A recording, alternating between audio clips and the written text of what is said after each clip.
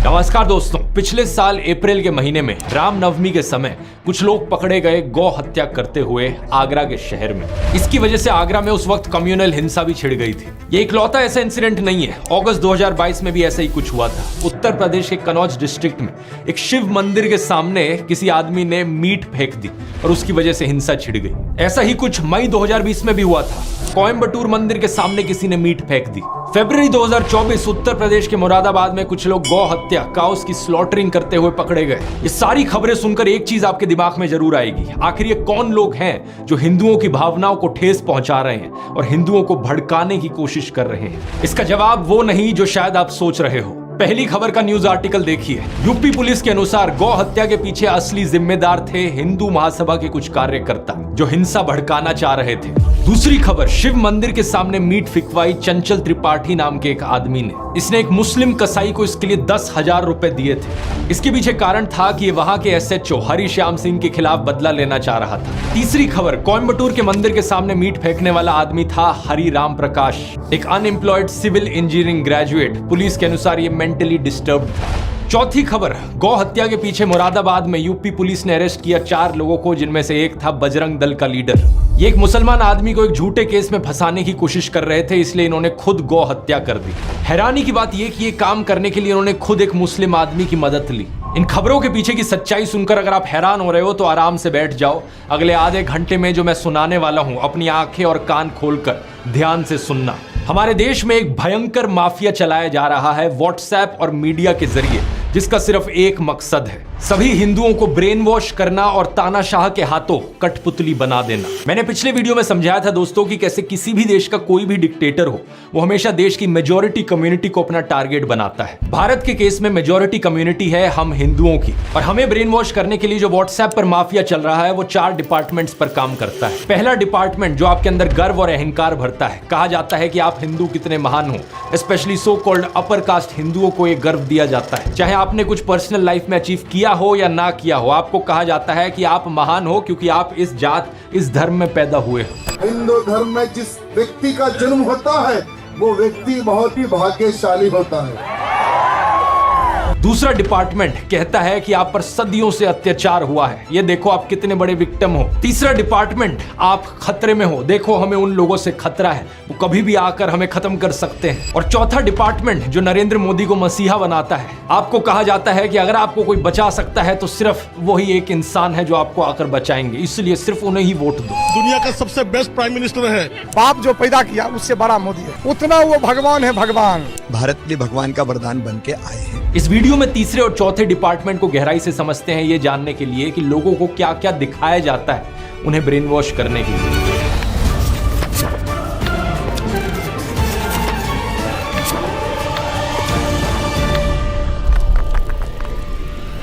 दुनिया भर पर नजर डालें दोस्तों तो डिक्टेटर्स कई देशों में देखे गए हैं, चाहे ये पाकिस्तान हो, जर्मनी हो, चिली हो या रवांडा हो, लेकिन सभी डिक्टेटर्स के द्वारा टारगेट हमेशा मेजॉरिटी कम्युनिटी को किया जाता है। पाकिस्तान के देश में सुन्नी मुस्लिम्स मेजॉरिटी में है, तो उन्हें ब्रेन वॉश करने के लिए झूठी खबरें फैलाई गई कि कैसे देश की बाकी माइनॉरिटीज उनके लिए खतरा बन रही हैं। हिंदू, क्रिश्चियन, सिख, शिया मुस्लिम्स, अहमदिया मुस्लिम्स या फिर सूफी मुस्लिम्स ही क्यों ना हो। 2021 में BBC ने वीडियो रिपोर्ट अपलोड करी थी जिसमें दिखाया गया कि पाकिस्तान की स्कूल की किताबों में कैसा नफरतखोर प्रोपेगेंडा मौजूद है, जिसके जरिए बच्चों के दिमाग में जहर डाला जाता है। उन्हें ये कहानियां सुनाई जाती हैं कि कैसे हिंदूज और सिख्स ने लाखों औरतों बच्चों को मार दिया। मेरे पास मुताला पाकिस्तान बुक है और ये 11वीं और 12वीं जमात के लिए है। पेज नंबर 33 पे ये लिखा हुआ है, इंसानियत दुश्मन हिंदुओं और सिखों ने हज़ारों बल्कि लाखों औरतों, बच्चों, बूढ़ों और जवानों की इंतहाई बेदर्दगी और संगदिली से कत्ल किया और बेआबरू किया।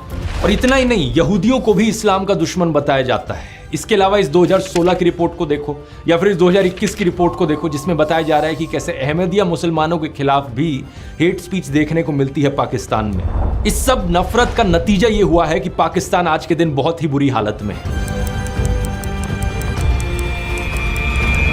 पिछले साल की वर्ल्ड बैंक रिपोर्ट देखो, 40% पाकिस्तानीज बिलो पॉवर्टी लाइन है। बेरोजगारी एक बहुत बड़ी मुसीबत बनी फिर रही है और कुछ ही दिन पहले IMF ने बताया कि पाकिस्तान में इस फिस्कल ईयर में नियरली 25% की इन्फ्लेशन देखी जाएगी। पाकिस्तान की मेजॉरिटी कम्युनिटी सुन्नी मुस्लिम्स को इस नफरत के जाल में फंसकर ब्रेन वॉश होकर क्या मिला? एक ऐसा देश जो रहने लायक नहीं है, जहां लॉ एंड ऑर्डर का कोई नामो निशान नहीं है। मेजॉरिटी कम्युनिटी के अंदर एक डर की भावना जगाने के लिए किस तरीके का खबरों के साथ खेल खेला जाता है, इसका एक अच्छा उदाहरण देखने को मिलता है आज से 100 साल पहले अमेरिका में। साल 1919 की बात है। वॉशिंगटन में एक 22 साल का ब्लैक क्रिमिनल कुछ लोगों पर हमला करता है और चोरी करता है। जिन लोगों पर हमला किया जाता है उनमें से एक स्कूल टीचर थी जो खुद एक ब्लैक औरत थी। इस इंसिडेंट को लेकर एक इंटरेस्टिंग बात यह है कि वॉशिंगटन के जो सारे अखबार थे उस वक्त के, वो या तो इस खबर को रिपोर्ट ही नहीं करते या फिर इसे पूरी तरीके से दबा देते। लेकिन 5 दिन बाद सेम शहर में सेम क्रिमिनल जब एक व्हाइट औरत पर हमला करता है तो सारे अखबारों की ये फ्रंट पेज खबर बन जाती है। इसकी वजह से अगले कई हफ्तों तक वॉशिंगटन में दंगे देखने को मिलते हैं ब्लैक्स और व्हाइट्स के बीच में। 39 लोगों को मारा जाता है और 150 से ज्यादा लोग जख्मी हो जाते हैं। जो एक्चुअल क्रिमिनल था इस केस में, उसका अरेस्ट सिर्फ 1 साल बाद ही देखने को मिलता है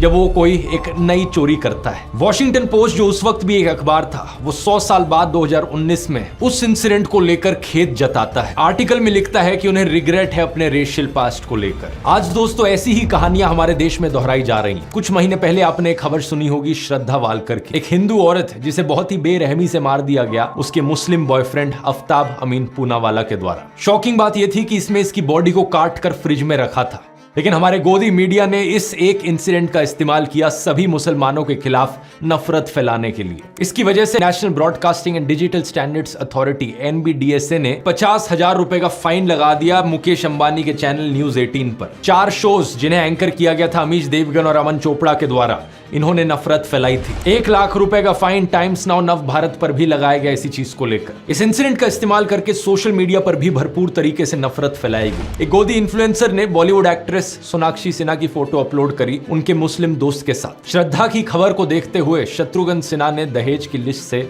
फ्रिज को हटा लिया है। सुदर्शन न्यूज ने एक प्रोग्राम चलाया जिसकी हेडलाइन थी मेरा अब्दुल ऐसा नहीं है की हकीकत। एक और गोदी इन्फ्लुएंसर ने ट्विटर पर पोस्ट किया आपका अब्दुल भी वैसा ही है। जी न्यूज ने ट्वीट करके प्रोग्राम चलाया मेरा अब्दुल वैसा नहीं है वालों के लिए सबसे बड़ा सबक है ये केस। और ऑफ कोर्स व्हाट्सएप माफिया ने भी अब्दुल शब्द का इस्तेमाल करके बहुत सारे जहरीले मैसेजेस फैलाए। ये सारे पोस्ट और मैसेजेस सिर्फ एक चीज साबित करना चाहते हैं कि हर एक मुसलमान आदमी एक पोटेंशियल खूनी है। अब्दुल शब्द का प्रयोग यहाँ पर सभी मुसलमानों को डिनोट करने के लिए किया जा रहा था। कुछ ही दिन पहले एक और ऐसी खबर आई कर्नाटका से, जहां पर एक मुस्लिम आदमी फयाज ने एक हिंदू लड़की नेहा को मार दिया। एक बार फिर से ये सारे गोदी इन्फ्लुएंसर्स और व्हाट्सएप माफिया को चलाने वाले एक्टिवेट हो गए और सभी मुसलमानों के खिलाफ नफरत उगलने लग गए। मकसद सिर्फ एक, हिंदुओं को ब्रेन वॉश करो और हिंदुओं के अंदर डर बिठाओ कि हिंदू खतरे में है और हमें अगर इस खतरे से बाहर निकलना है तो मोदी को वोट देना होगा। अब जिन लोगों को ब्रेन वॉश ऑलरेडी किया जा चुका है उन्हें इस चीज में कुछ भी गलत नहीं लगेगा। वो कहेंगे क्या गलत है इसमें, ये मर्डर यहाँ पर हुआ, मुसलमान ने किया, ये सारे मुसलमान ऐसे ही होते हैं। उन्हें अगर आप बोलने की कोशिश करोगे तो सिर्फ 1-2 इंसिडेंट्स है, वो आपको 10 ऐसे इंसिडेंट्स गिना देंगे। शारदा आफ्ताब, नेहा फयाज, साक्षी साहिल खान, निकिता तौसीफ, अरशद प्रभा, अंकिता शाहरुख,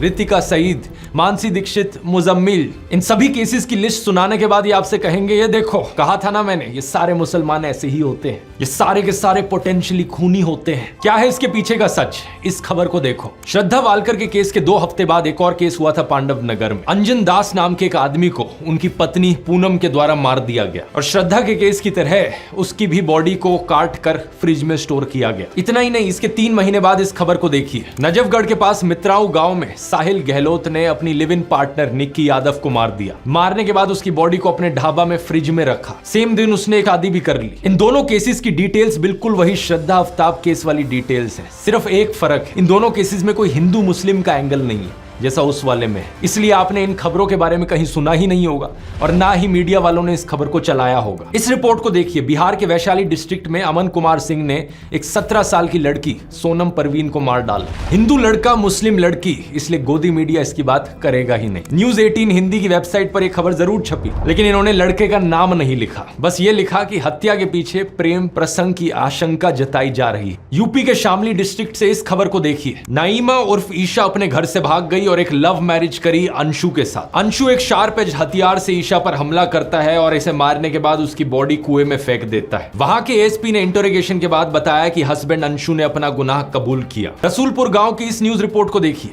20 साल की गुलनाज खातून को जिंदा जला दिया गया एक आदमी और उसके दोस्तों के द्वारा, क्योंकि उसने मैरिज प्रपोजल रिफ्यूज कर दिया था। यहाँ अक्यूज्ड कौन था? सतीश कुमार राय। पिछले साल जब साक्षी और साहिल खान की खबर मीडिया में फैलाई जा रही थी तो उससे कुछ दिन पहले एक और वैसा ही इंसिडेंट हुआ था। बिहार का एक लेबरर रामानुज साहू सूरत गया अपने परिवार से मिलने। उसका अपनी पत्नी रेखा के साथ झगड़ा हुआ और उसने रेखा पर 10 बार चाकू से वार किया। जब उसकी 19 साल की बेटी ने अपनी मां को बचाने की कोशिश करी तो उसने उसे भी मार डाला। नजफगढ़ की इस खबर को देखिए। विपुल सिंह नाम का आदमी खुले में धमकी देता है कि वो मुसलमान औरतों को मोलेस्ट करेगा और मारेगा। दिल्ली पुलिस और एनसीडब्ल्यू ने इस पर कॉग्निसेंस भी लिया। या फिर 5 महीने पहले की कर्नाटका की इस रिपोर्ट को देखिए। 39 साल का आदमी प्रवीण अरुण, इसने अपनी 21 साल की एयर होस्टेस कोलीग आयनाज के साथ दोस्ती करी। जब आयनाज ने इससे कम्युनिकेट करना बंद कर दिया, ये उसके घर में गया और उसे मार डाला। और इसके बाद इसने उसकी मां को भी मार डाला, उसकी बड़ी बहन को भी मार दिया और उसके छोटे भाई 14 साल के उसको भी मार दिया। फिर से हिंदू आदमी है, मुस्लिम औरत है, तो गोदी मीडिया इसकी बात नहीं करेगा, ना ही आपको व्हाट्सएप पर सुनने को मिलेगी। 20 दिन पहले की इस खबर को देख लीजिए। 26 साल की रुखसार उर्फ रिया को उसके लिव इन पार्टनर ने मार डाला और उसकी बॉडी को एक कबर्ड में स्टफ कर दिया। अक्यूज्ड कौन था? विपुल टेलर नाम का आदमी। जब दैनिक जागरण में एक खबर छपी तो इन्होंने लड़की का नाम कहीं मेंशन नहीं किया अपने आर्टिकल में। अब इस खबर को देखिए। बेंगलोर में रहने वाला प्रदीप एक रुखसाना नाम की औरत से संबंध बनाता है। दोनों का साथ में बच्चा होता है। रुखसाना उससे शादी करना चाहती है, लेकिन वो ये नहीं चाहता था, तो उसने रुखसाना का खून कर दिया। ये भी कुछ ही दिन पहले की खबर है कर्नाटका से। मेरा एक ही सवाल है नफरत फैलाने वाले नमूनों से। आपको मैंने इतने सारे केसेस गिना दिए यहाँ पर पिछले 1-2 सालों के, जहां पर हत्या करने वाला एक हिंदू था। तो क्या यहाँ पर यह कहा जा सकता है कि हर हिंदू आदमी यहाँ पर एक पोटेंशियल खूनी है? ऑब्वियसली नहीं कहा जा सकता।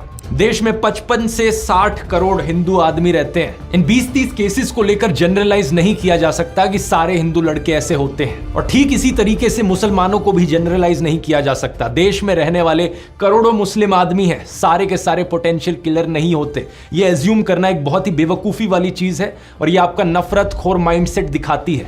अगर आपको ऐसा लगता है तो बड़े अफसोस की बात है, मुझे कहना पड़ रहा है कि आपका ब्रेन वॉश हो चुका है। एनसीआरबी की रिपोर्ट क्राइम इन इंडिया 2022 के अनुसार देश में 4.5 लाख क्राइम्स हुए हैं औरतों के खिलाफ इस 2022 के साल में। इन 4.5 लाख क्राइम्स में से 28,522 एफआईआर्स दर्ज कराई गई मर्डर की, जिनमें से 8,125 फीमेल्स थी। अब एक साल में अगर 8,000 से ज्यादा मर्डर के केसेस हो रहे हैं जहां पर औरतों को मारा जा रहा है, तो ऑब्वियस सी बात है इनमें से कुछ मर्डर्स ऐसे होंगे जो एक मुसलमान आदमी ने किए होंगे, कुछ ऐसे होंगे जो एक हिंदू आदमी ने किए होंगे। हर तरह के परम्यूटेशन कॉम्बिनेशन यहां पर आपको मिल जाएंगे। हिंदू आदमी हिंदू औरत, मुस्लिम आदमी मुस्लिम औरत, हिंदू आदमी मुस्लिम औरत, या मुस्लिम आदमी हिंदू औरत। और सिर्फ हिंदू मुस्लिम ही नहीं, सभी धर्मों के आपको कॉम्बिनेशन मिल जाएंगे, क्योंकि 8,000 यहां पर बहुत बड़ा नंबर होता है। प्रॉब्लम यह है कि जिन लोगों का ब्रेन वॉश हो चुका है उनकी आवाज सिर्फ तब निकलती है जब उन्हें दिखता है कि हत्या करने वाला एक मुस्लिम आदमी था और जिसकी हत्या हुई वो एक हिंदू औरत थी। लेकिन इन सब लोगों के मुंह पर चुप्पी लग जाती है जब दिखता है कि यहाँ एक हिंदू औरत को हिंदू आदमी के द्वारा मारा गया, या फिर एक मुस्लिम औरत को हिंदू आदमी के द्वारा मारा गया। किसी भी नॉर्मल इंसान में अगर इंसानियत है तो वो इन सभी केसेस के खिलाफ आवाज उठाएगा जहां जहां औरतों का अत्याचार हो रहा है। कोई भी सेंसिबल आदमी यहां पर कहेगा सरकार को कि यहां सारे क्राइम्स को क्यों नहीं रोका जाता जो सारी औरतों के खिलाफ हो रहे हैं। असलियत में सॉल्यूशन ढूंढने की जरूरत है इस चीज को लेकर। ऐसा तो होगा नहीं कि पुलिस एक एरिया को सेफ बनाएगी सिर्फ हिंदू औरतों के लिए और मुस्लिम औरतों के लिए वो एरिया अनसेफ रहेगा। अगर किसी एरिया को सेफ बनाना है तो सभी औरतों के लिए वो सेफ बनेगा ना। सेलेक्टिव आउटरीच इन लोगों का सबसे बड़ा हथियार है। अगर आज मैं जस्टिस की डिमांड करता हूं तो मैं नेहा के लिए भी करता हूं और रुखसाना के लिए भी करता हूं। मैं उन सभी हिंदू और मुस्लिम औरतों के लिए जस्टिस की डिमांड करता हूं जिनके खिलाफ अत्याचार हुआ है। पुलिस को यहां पर स्पीडी इन्वेस्टिगेशन करने की जरूरत है। देश भर में अगर पुलिस वालों की कमी है तो स्टेट गवर्नमेंट्स को यहां पर और पुलिस को रिक्रूट करने की जरूरत है। कोर्ट्स अगर धीरे काम करते हैं तो उन्हें फास्ट ट्रैक ट्रायल करने की जरूरत है। तारीख पे तारीख देना उन्हें बंद करना होगा। और खून करने वाला चाहे हिंदू हो या मुसलमान हो, उन सबको स्ट्रिक्टेस्ट पनिशमेंट दी जानी चाहिए। अब मैं इन बीजेपी वालों को चैलेंज करता हूं कि ये सेम चीज बोलकर दिखाएं। इनका एक भी नेता, एक भी कार्यकर्ता ये सेम चीज बोल नहीं पाएगा, हिम्मत ही नहीं होगी, क्योंकि अगर इन्होंने ये चीज बोल दी तो इनका पूरा का पूरा सिस्टम खत्म हो जाएगा। हिंदुओं को ब्रेन वॉश करने का इनका यही तरीका है और इसके बिना इनका धंधा ही नहीं चलेगा। अरे किसी और धर्म की औरत को लेकर जस्टिस की डिमांड करे वो तो बहुत दूर की बात है, ये हिंदू औरतों के लिए भी जस्टिस की डिमांड नहीं करेंगे अगर इन्हें दिखा कि बीजेपी इन्वॉल्व है कहीं पर। अगर किसी हिंदू औरत को किसी हिंदू आदमी के द्वारा मारा गया किसी बीजेपी रूल्ड स्टेट में, या किसी कल्प्रिट का कोई बीजेपी कनेक्शन निकल जाए, तो इनके मुंह बिल्कुल बंद हो जाते हैं। दिसंबर 2019 में देख लो क्या हुआ था जब farmer BJP MLA Kuldeep Singh को कॉन्विक्ट किया गया किडनैपिंग और मोलेस्टिंग के केस में। इस केस में बहुत से विटनेसेस की मौत हो गई थी और इनके कार्यकर्ताओं ने क्या किया, इनके सपोर्ट में रैली निकाली थी। विधायक जी सरासर निर्दोष हैं, उनको फंसाया जा रहा है। कुछ महीने पहले एक IIT BHU का केस हुआ जहां पर 3 अक्यूज थे, कुणाल पांडे, सक्षम पटेल और अभिषेक चौहान। ये बीजेपी IT सेल की वाराणसी यूनिट का हिस्सा थे। इन्होंने अपनी फोटोज पोस्ट करी थी JP नड्डा के साथ, अनुराग ठाकुर के साथ, UP CM आदित्यनाथ के साथ। क्या लगता है आपको यहां पर किसी हिंदू औरत की इन्हें चिंता थी? बिल्कुल नहीं थी, क्योंकि इस केस में इनके खुद के लोगों पर आरोप लगा था बलात्कारी का। उत्तराखंड का ये केस देख लो, 19 साल की अंकिता भंडारी का। ये एक रिजॉर्ट में काम करती थी और इस रिजॉर्ट के owner farmer BJP politician Vinod Arya के बेटे पुलकित आर्या थे। इस पर इल्जाम लगा कि इसने अंकिता को मोलेस्ट किया और उसकी हत्या कर दी। लड़की के पापा को एक से दूसरे पुलिस स्टेशन तक भागना पड़ा FIR रजिस्टर करवाने के लिए। कुछ एक्शन सिर्फ तब लिया गया जब लोकल न्यूज पोर्टल जागो उत्तराखंड में इस मर्डर को हाईलाइट किया था। लेकिन बाद में पता है क्या हुआ, इस न्यूज पोर्टल के जर्नलिस्ट आशुतोष नेगी को ही पुलिस अरेस्ट कर लेती है, ये कहकर कि इसके इंटेंशंस पर हमें शक होता है। अंकिता भी हिंदू थी, लेकिन क्या व्हाट्सएप पर आपने इस मैसेज को पढ़ा? कभी नहीं पढ़ा होगा, क्योंकि इनका माफिया चल रहा है। श्रद्धा वालकर के केस में तो मुस्लिम ऑर्गेनाइजेशन जमात इस्लामी हिंद ने उसे कंडेम भी किया और किलर को लेकर हार्शेस्ट पनिशमेंट भी मांगी। नेहा फयाज के केस में अंजुमन इस्लाम कम्युनिटी के मेंबर्स ने कर्नाटका चीफ मिनिस्टर को लेटर भी लिखा, ये कहते हुए कि हम अक्यूज्ड फयाज के खिलाफ सिवियर पनिशमेंट की मांग करते हैं। लेकिन जो व्हाट्सएप फॉरवर्ड्स आपके फोन में हर दिन हर शाम को आ रहे हैं, वो व्हाट्सएप फॉरवर्ड्स आपको ये चीजें नहीं बताएंगे, क्योंकि उनका मकसद सिर्फ आपको ब्रेन वॉश करना है। वो सिर्फ आपके दिल के अंदर डर की भावना जगाना चाहते हैं कि आपको डर लगे मुसलमानों से और फिर इस डर के मारे आकर आप मोदी को वोट दो। मुझे बड़ा बुरा लगता है कहते हुए कि हमारे देश के प्रधानमंत्री के पास भी अब और कुछ बचा नहीं है। अब उन्होंने भी अपने भाषणों में ऐसे झूठ फैलाने शुरू कर दिए हैं कि हिंदुओं के अंदर डर बैठे और डर के मारे वो उन्हें वोट करें। ये संपत्ति इकट्ठी करके किसको बांटेंगे? जिनके ज्यादा बच्चे हैं उनको बांटेंगे, घुसपैठियों को बांटेंगे। पहली बात, कांग्रेस के पूरे मैनिफेस्टो में हिंदू और मुस्लिम शब्द का कहीं कोई जिक्र नहीं किया गया है और ना ही वेल्थ रीडिस्ट्रीब्यूशन शब्द आपको पूरे मैनिफेस्टो में कहीं मिलेगा। मेरी बात पर यकीन नहीं होता, आप इनका मैनिफेस्टो खुद जाकर देख सकते हो। कांग्रेस की वेबसाइट पर लिंक मैंने डिस्क्रिप्शन में भी डाल दिया है। Ctrl+F करके वेल्थ रीडिस्ट्रीब्यूशन सर्च करने की कोशिश करना, कुछ नहीं मिलने वाला। उल्टा कांग्रेस के मैनिफेस्टो में बात करी गई है एजुकेशन की, हेल्थ केयर की, रोजगार की। इन्होंने कहा है कि ये 22 करोड़ लोगों को गरीबी से बाहर निकालेंगे, करोड़ों नौकरियां देंगे। राहुल गांधी ने अपनी स्पीच में भी ऐसा ही कहा था कि जितने रुपए नरेंद्र मोदी ने अडानी को दिए उतने रुपए ये गरीबों को देंगे, मजदूरों को, किसानों को और युवाओं को देंगे। जितना पैसा उन्होंने अरबपतियों को दिया उतना पैसा हम गरीबों को, पिछड़ों को, दलितों को, आदिवासियों को उठा के दे देंगे। दूसरी बात, प्रधानमंत्री ने बड़ी बेशर्मी से मुस्लिम्स पर वही स्टीरियोटाइप थोप दिया जो इनके व्हाट्सएप माफिया में फैलाया जाता है कि ये मुसलमान तो हमेशा ज्यादा बच्चे पैदा करते हैं। क्या प्रधानमंत्री ये खुद 5 भाई बहन नहीं है क्या? यूपी चीफ मिनिस्टर आदित्यनाथ को देख लो, उनके खुद 3 भाई और 3 बहन है। ये जो परसेप्शन बनाया जाता है कि मुसलमान ज्यादा बच्चे पैदा करते हैं, ये बिल्कुल बकवास परसेप्शन है, क्योंकि सरकारी रिपोर्ट्स को आप देखोगे तो ज्यादा बच्चे पैदा करना इसका फीमेल लिटरेसी से रिलेशन है। लक्षद्वीप में 96% लोग मुस्लिम है, लेकिन वहां की फीमेल लिटरेसी हाई है, इसलिए वहां का फर्टिलिटी रेट बहुत कम है। ऑन एवरेज लक्षद्वीप में एक औरत सिर्फ 1.4 बच्चे पैदा करती है, लेकिन देश भर में यह एवरेज 2 पर है। अब बिहार जैसी स्टेट को देख लो जहां पर फीमेल लिटरेसी सबसे कम है, इसलिए बिहार बर्थ रेट में सबसे ऊपर है। कुछ जगहों पर ये जो लोकलाइज ट्रेंड देखने को मिलता है जहां मुस्लिम्स का फर्टिलिटी रेट थोड़ा सा ज्यादा है बाकी रिलीजन से, इसके पीछे कारण भी लिटरेसी रेट है, क्योंकि हिस्टोरिकली मुस्लिम्स का लिटरेसी रेट हमेशा थोड़ा सा पीछे था, लेकिन अब मुस्लिम्स का बर्थ रेट सबसे तेजी से कम हो रहा है। लेकिन प्रधानमंत्री मोदी को इन फैक्ट से क्या फर्क पड़ता है? उनका तो एक ही फंडा है, झूठ बोलो, झूठ बोलो, झूठ बोलो।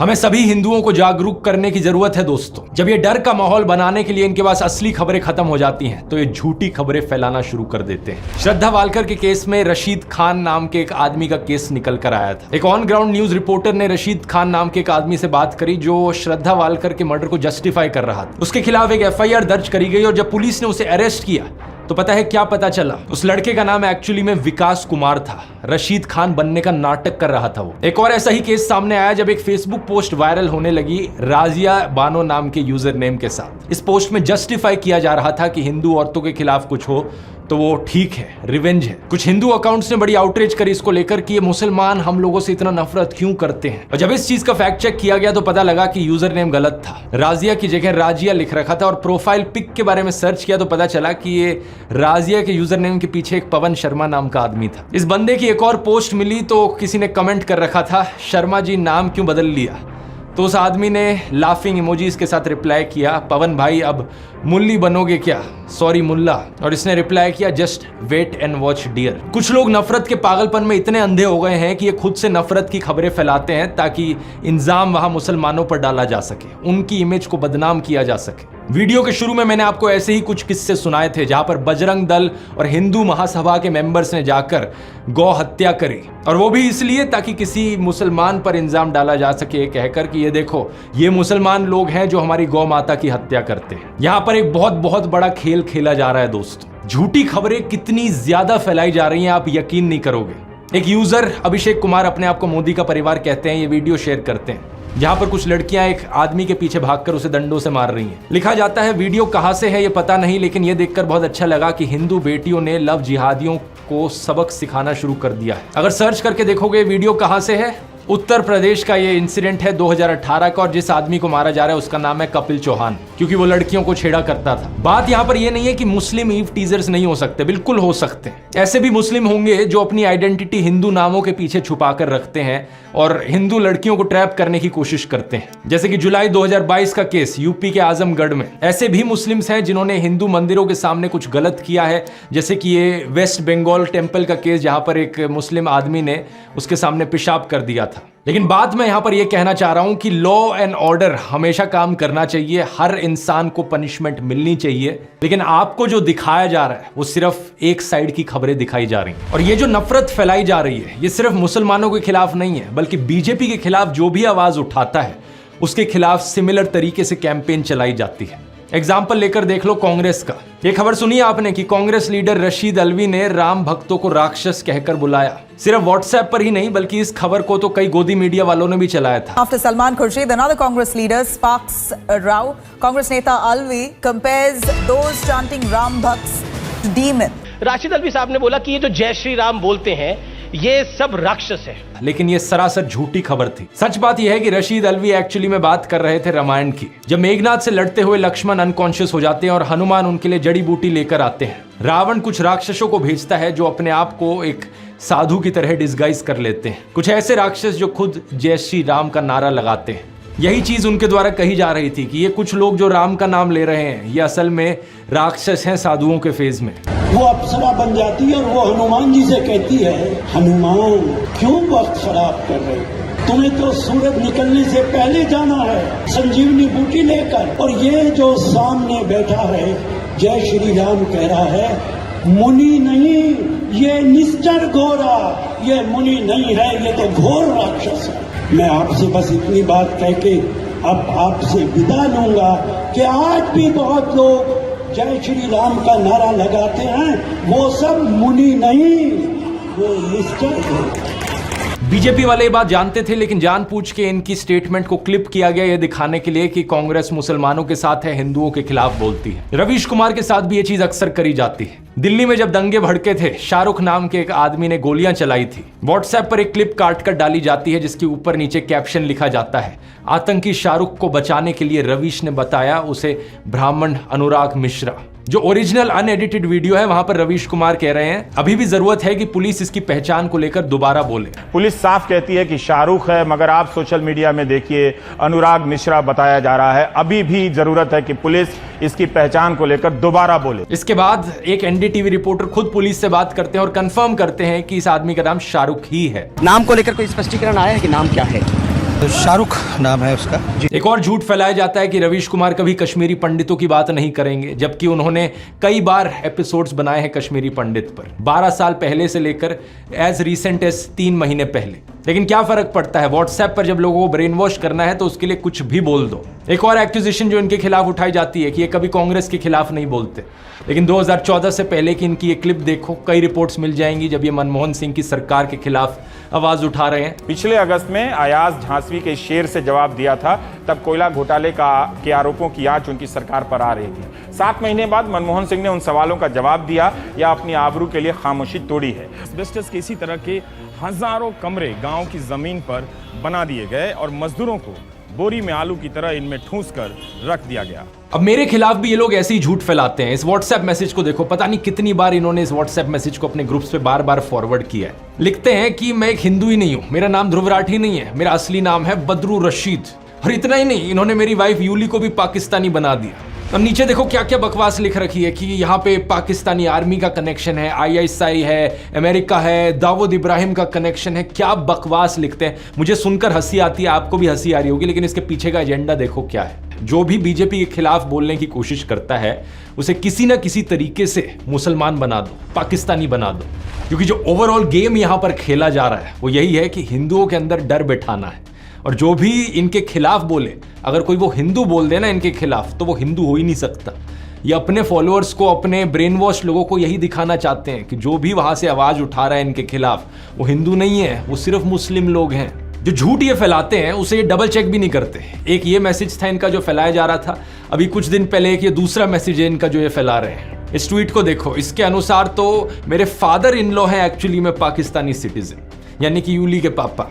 फिर लिखते हैं कि यूली इकलौती बेटी है उनकी। ये चीज भी झूठ है, अगर इन्होंने मेरे व्लॉग्स देखे होते तो इन्हें पता होता कि वो इकलौती नहीं है। मतलब कुछ बिलीवेबल तो हो जो कह रहे हो, लेकिन अनफॉर्चुनेट चीज ये है कि जो लोग ब्रेन वॉश्ड हो चुके हैं इनके माफिया के अंडर आकर, उन्हें इससे फर्क ही नहीं पड़ता। ये एक लॉजिकल सेंसिबल दिखने वाली झूठी कहानियां क्यों बनाने में टाइम वेस्ट करें, जब इनके जो लोग व्हाट्सएप मैसेजेस पढ़ रहे हैं वो इन बेसर पैर की झूठी कहानियों से ही कन्विंस्ड हो जा रहे हैं। व्हाट्सएप माफिया का तीसरा डिपार्टमेंट कुछ इस तरीके से लोगों के अंदर डर बिठाता है कि उनकी सोचने समझने की शक्ति बिल्कुल स्विच ऑफ हो जाती है।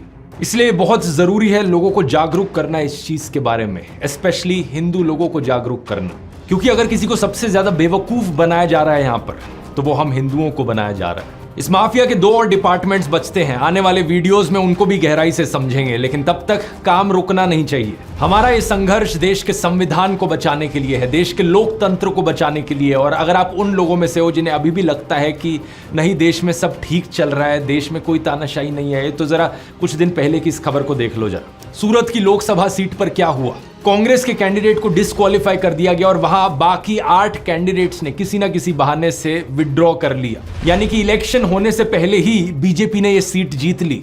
इमेजिन कर सकते हो दोस्तों, लाखों लोग जो सूरत में रहते हैं उनका लोकतांत्रिक अधिकार उनसे इस तरीके से छीन लिया गया। इतना ही नहीं, अरुणाचल प्रदेश में भी ऐसा ही कुछ हुआ। बीजेपी ने 10 सीटें ऑलरेडी जीत ली वहां पर इलेक्शन होने से पहले ही। और इस खबर को देखो, जहां पर दिल्ली में वो चुनाव हारने वाले थे उन्होंने इलेक्शन ही नहीं होने दी एमसीडी की। इससे पहले चंडीगढ़ की इलेक्शन में सीधा सीधा फ्रॉड करने की कोशिश करी गई थी बीजेपी को जिताने के लिए।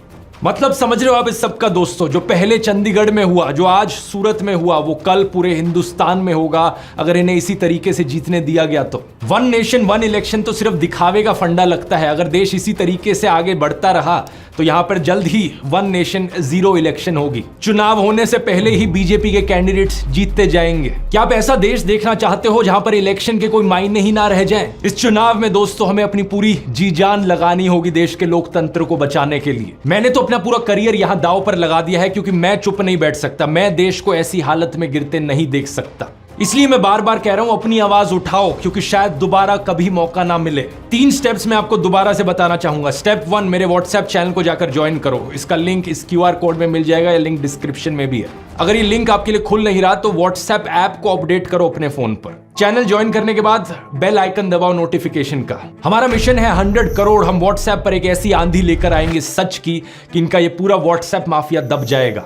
स्टेप 2, वोट करना मत भूलना। वोट करना बहुत बहुत जरूरी है। अपने परिवार में, अपने दोस्तों तक ये चीजें पहुंचाओ। और स्टेप 3, जितना आप अपने आसपास के लोगों को जागरूक कर सकते हो करो। वीडियोस बना के करो या घरों से बाहर निकलो, गांव में जाओ, मोहल्लों में जाओ, सड़कों पर घूमो, लोगों तक ये संदेश पहुंचाओ कि देश कितना खतरे में है। मुझे नहीं पता अंत में हमारी ये कोशिश सफल होगी या नहीं, लेकिन एक बात जरूर पता है मुझे, मैं अपने आप पर हमेशा गर्व करूंगा कि मैं चुप नहीं बैठा रहा।